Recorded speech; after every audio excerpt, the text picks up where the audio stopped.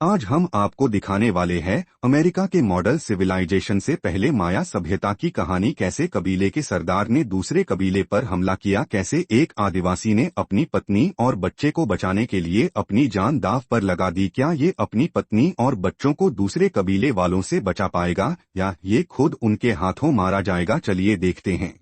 तो कहानी की शुरुआत होती है और हम जंगल के बीचों बीच एक कबीले के लोगों को आधे अधूरे कपड़ों में भागता हुआ देखते हैं। असल में ये लोग एक सुअर का शिकार कर रहे थे और इन्होंने पूरे जंगल में फंदे बिछा रखे थे। तभी सुअर का पैर एक फंदे में पड़ता है और फंदे से कनेक्ट एक लकड़ी का फंदा जिसमें बहुत सारी नुकीली लकड़ियां लगी हुई होती है। वह आकर सुअर को छलनी छलनी कर देती है और सुअर मारा जाता है। इसके बाद ये लोग इकट्ठा होते हैं और मजाक मस्ती करते हुए सुअर को काटना शुरू कर देते हैं। ये लोग आपस में खूब मस्ती भी करते हैं और सब मिलकर सुअर का मांस खाने लगते हैं कि तभी इनमें से एक आदिवासी को अपने पीछे झाड़ियों में कुछ आहट महसूस होती है। इसका नाम था जगुआर पो। जगुआर पीछे मुड़ता है और पूछता है कि तुम्हें क्या चाहिए। तब झाड़ियों के पीछे से दूसरे कबीले के आदिवासी निकलते हैं और उनके सामने चार बड़ी बड़ी मछलियां रखते हुए कहते हैं कि हमें यह इलाका पार करना है। ये लोग भी उनके सामने अपने शिकार के कुछ टुकड़े रखते हैं और इन्हें आगे जाने की इजाजत देते हैं। इसके बाद झाड़ियों के पीछे से एक के बाद एक कई आदिवासी निकलते हैं और यहाँ से गुजरने लगते हैं। तब जैगुआर पौ देखता है कि इनमें से कई लोग घायल हैं, उनके शरीर पर चोटें हैं। उसे कुछ ठीक नहीं लगता, इसलिए वह उनसे पूछता है कि क्या हुआ था। तब इनमें से एक आदिवासी कहता है कि हमारा कबीला तबाह हो गया है और अब हम एक नई जगह पर जा रहे हैं। जगुआर को इन पर शक होता है, इसलिए वो इनके पीछे जाने लगता है। लेकिन तभी उसके पिता, जो कि कबीले के सरदार भी थे, वो इन्हें रोक देते हैं। इसके बाद जैगुआर पौ और उनके साथी वापस अपने कबीले में आ जाते हैं, जहां ये सब खूब मस्ती करते हैं। कहानी आगे बढ़ती है और उसी रात जब जैगुआर पो सो रहा होता है तो एक कुत्ता अचानक से भौंकने लगता है। जैगुआर उठता है और उसे महसूस होता है कि बाहर कुछ तो चल रहा है। फिर सीन शिफ्ट होता है और हम क्रूर, खतरनाक और भयानक आदिवासी को देखते हैं जो हल्का सा इशारा करता है और झाड़ियों के पीछे छिपे उसके लोग मशाल लेकर बाहर आते हैं।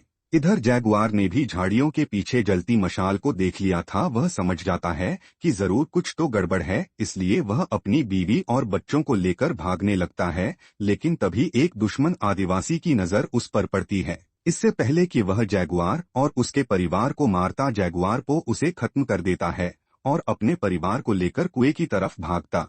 इधर जैगुआर के कबीले वालों पर चारों तरफ से हमला हो चुका था। दूसरी तरफ जैगुआर अपनी बीवी और बच्चों को रस्सी की मदद से कुएं में भेज रहा था। इसी बीच एक आदिवासी की नजर जैगुआर पर पड़ती है और वह उस पर हमला करने के लिए आता है। जैगुआर जल्दी जल्दी अपने बीवी बच्चों को कुएं में डालता है, जिस वजह से वो गिर जाते हैं।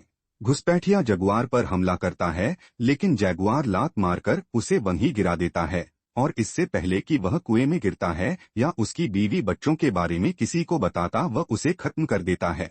इसके बाद जैगुआर अपनी बीवी से कहता है कि मुझे जाना होगा, मेरे कबीले वालों को मेरी जरूरत है। उसकी बीवी बहुत मना करती है, लेकिन जैगुआर यह कहते हुए चला जाता है कि मैं वापस जरूर आऊंगा। इसके साथ ही जैगुआर कबीले वालों की मदद के लिए चला जाता है, जहां उसके सभी कबीले वालों को बंदी बना लिया गया था, कई को तो मार भी दिया गया था।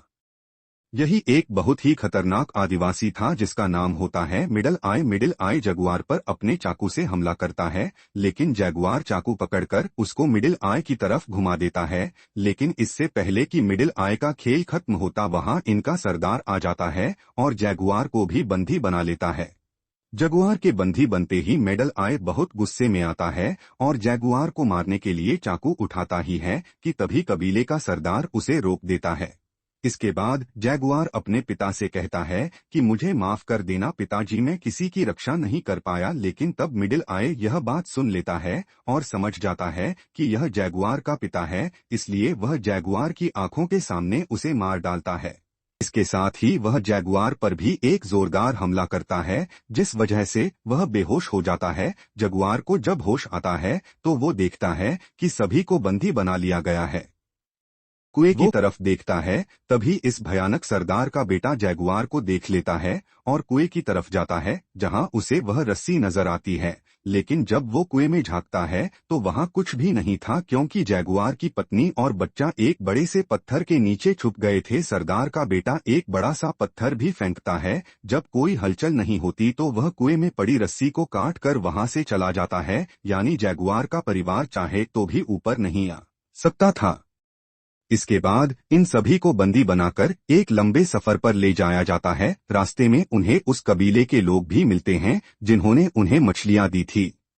इन खूंखार आदिवासियों ने उन्हें भी बंदी बना लिया था। अब इन सबको पथरीले और उबड़ खाबड़ रास्तों से ले जाया जाता है। इसके बाद ये खूंखार आदिवासी अपने कबीले के पास पहुंच जाते हैं।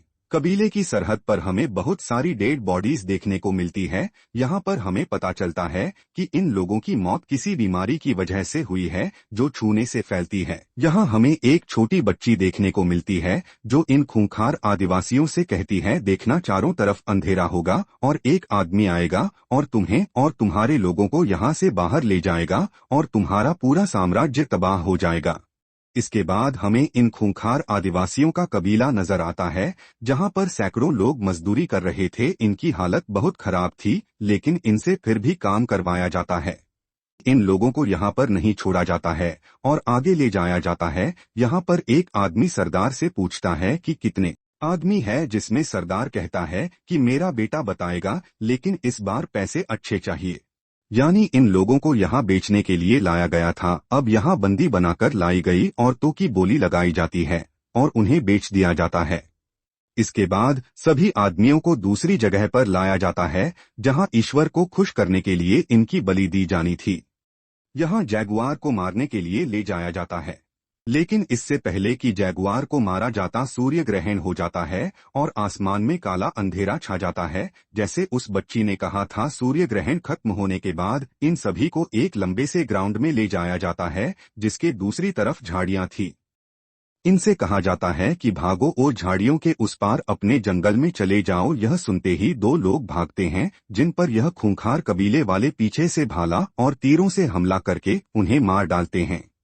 यानी इन्हें इसलिए भगाया जा रहा था ताकि इन्हें भगा भगा कर मारा जा सके। कई लोगों के मरने के बाद जैगुआर और उसका साथी भी भागने लगते हैं, लेकिन वह दिशा बदलकर भागते हैं, जिस वजह से ये लोग इन्हें जल्दी मार नहीं पाते। लेकिन आखिरकार जैगुआर का साथी तीर लगने से मारा जाता है और एक तीर जैगुआर के आर पार हो जाता है, जिस वजह से वह जमीन पर गिर जाता है। इसके बाद कबीले के सरदार का बेटा जैगुआर को मारने के लिए आता है, लेकिन जैगुआर उल्टा उसे ही मार देता है और वहां से भाग जाता है। सरदार जब अपने बेटे की लाश देखता है तो बुरी तरह से बौखला जाता है और अपने कबीले वालों के साथ जैगुआर की तलाश में निकल पड़ता है।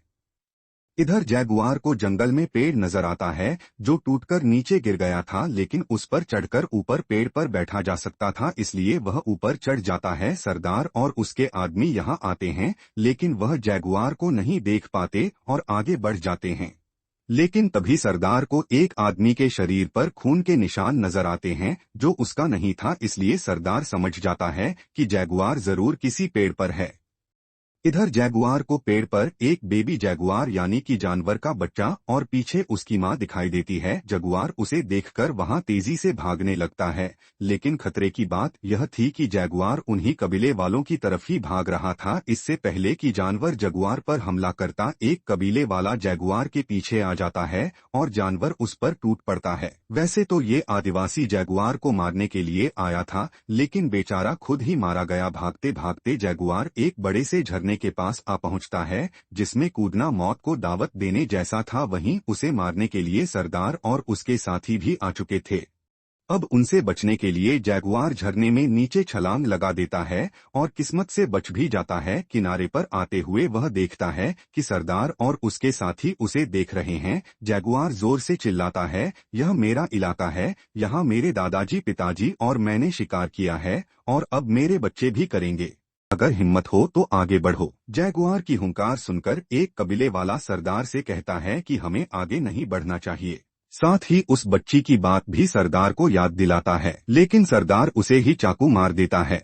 इसके बाद वो खूंखार लोग एक एक करके नदी में छलांग लगाते हैं। इनमें से एक तो मारा जाता है, लेकिन बाकी बचकर किनारे पर आ जाते हैं।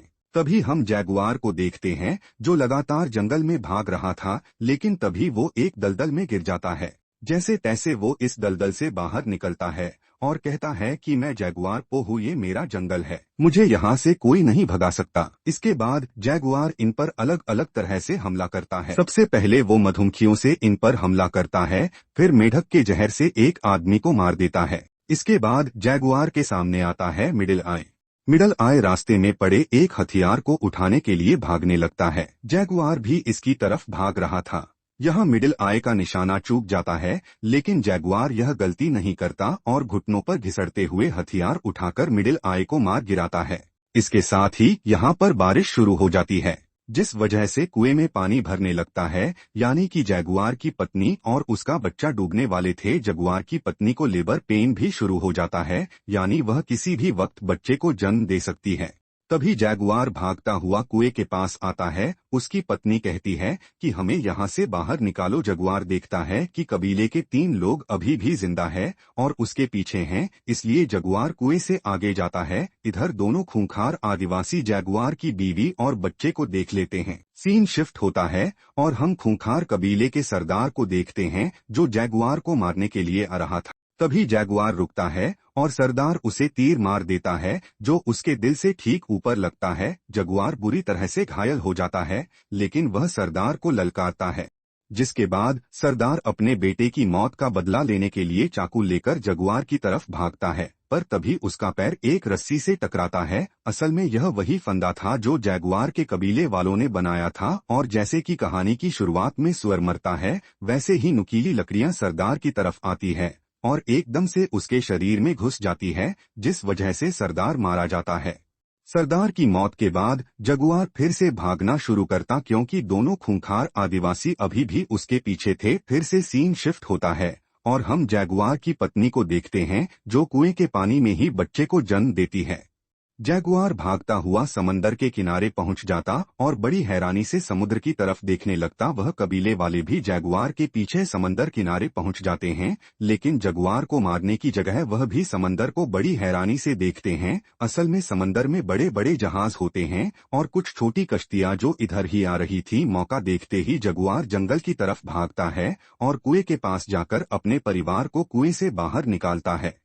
इसके बाद जैगुआर अपने पूरे परिवार के साथ होता है और उसकी पत्नी जंगल से इन बड़े बड़े जहाजों को देखती है और पूछती है कि क्या हमें वहां जाना चाहिए। जैगुआर शिप्स को देखता है और कहता है हमें जंगल में वापस जाना चाहिए। इसके साथ ही जैगुआर अपने परिवार को लेकर जंगल में अंदर की तरफ चला जाता है। यहाँ पर हमें पता चलता है कि यह जहाज यूरोपियंस के थे, जो इन टापुओं पर कब्जा करने के लिए आए थे। और इसी के साथ कहानी यहाँ पर खत्म हो जाती है। तो दोस्तों, आपको कैसी लगी हमें कमेंट करके जरूर बताएं और हमारे चैनल को सब्सक्राइब करने के लिए आपका बहुत बहुत धन्यवाद।